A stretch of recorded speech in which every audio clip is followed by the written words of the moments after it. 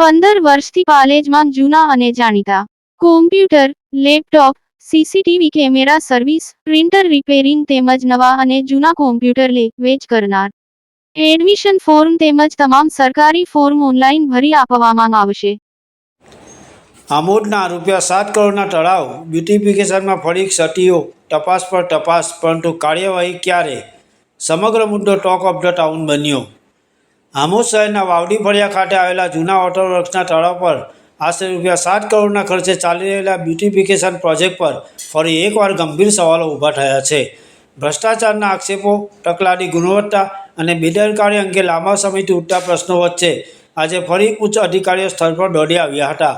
સુરત સુધા ભવનથી આવેલા deputy collector સહિતની ટીમે સમગ્ર કામગીરીનું ઝીણવટપૂર્વક નિરીક્ષણ કર્યું હતું. તપાસ દરમિયાન અધિકારીઓએ પોતે જ સ્વીકાર્યું કે કામગીરીમાં અનેક પ્રકારની ક્ષતિઓ જોવા મળી છે.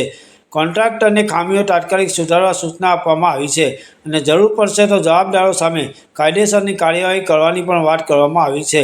પરંતુ સૌથી મોટો પ્રશ્ન એ છે કે જો દરેક તપાસમાં ખામીઓ જ મળી રહી છે તો અત્યાર સુધી જવાબદાર કોણ? કરોડો રૂપિયાના જાહેર નાણાં ખર્ચાયા પછી પણ જો ગુણવત્તા અંગે વારંવાર સવાલો ઊભા થાય છે તો શું માત્ર કોન્ટ્રાક્ટર જ જવાબદાર છે કે પછી દેખરેખ રાખનારા અધિકારીઓની જવાબદારી પણ નક્કી થશે?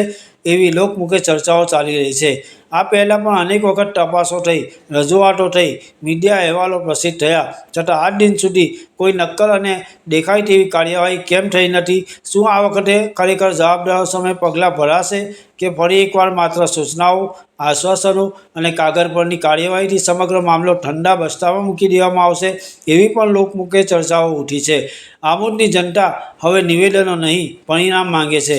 જનતાનો એક જ સવાલ છે કે ₹7 કરોડના વિકાસના કામમાં જો ક્ષતિઓ છે તો તેનો હિસાબ કોણ આપશે? પાલેજ ટાઈમ્સ, ભરૂચ.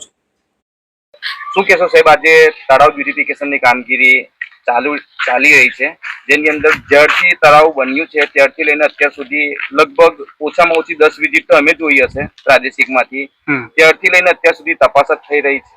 એ બાબતે લઈ આજરોજ આમોદ ખાતે આપણું જે મોટું તળાવ છે એની વિઝિટ કરવામાં આવી છે. એમાં મોટું ભાગનું કામ થયું છે, પણ જે કામ થઈ રહ્યું છે એમાં ઘણી જગ્યાએ ખામી દેખાઈ આવી છે.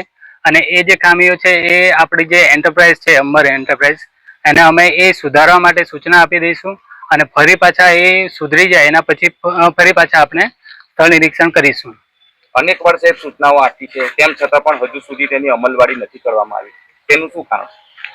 અત્યારે જે રીતનું કામગીરી ચાલુ રહી છે અહીંયા, કે જે ફિનિશિંગ વર્ક છે એ પૂર્ણ થઈ જાય અને એના પછી જે કંઈ પણ સુધારા વધારા હોય એ પણ થઈ જાય, એનું એન્શ્યોરિટી આપણે કરીશું અને એજન્સી પાસે આપણે કામ કરવાની પૂરેપૂરી કોશિશ કરીશું.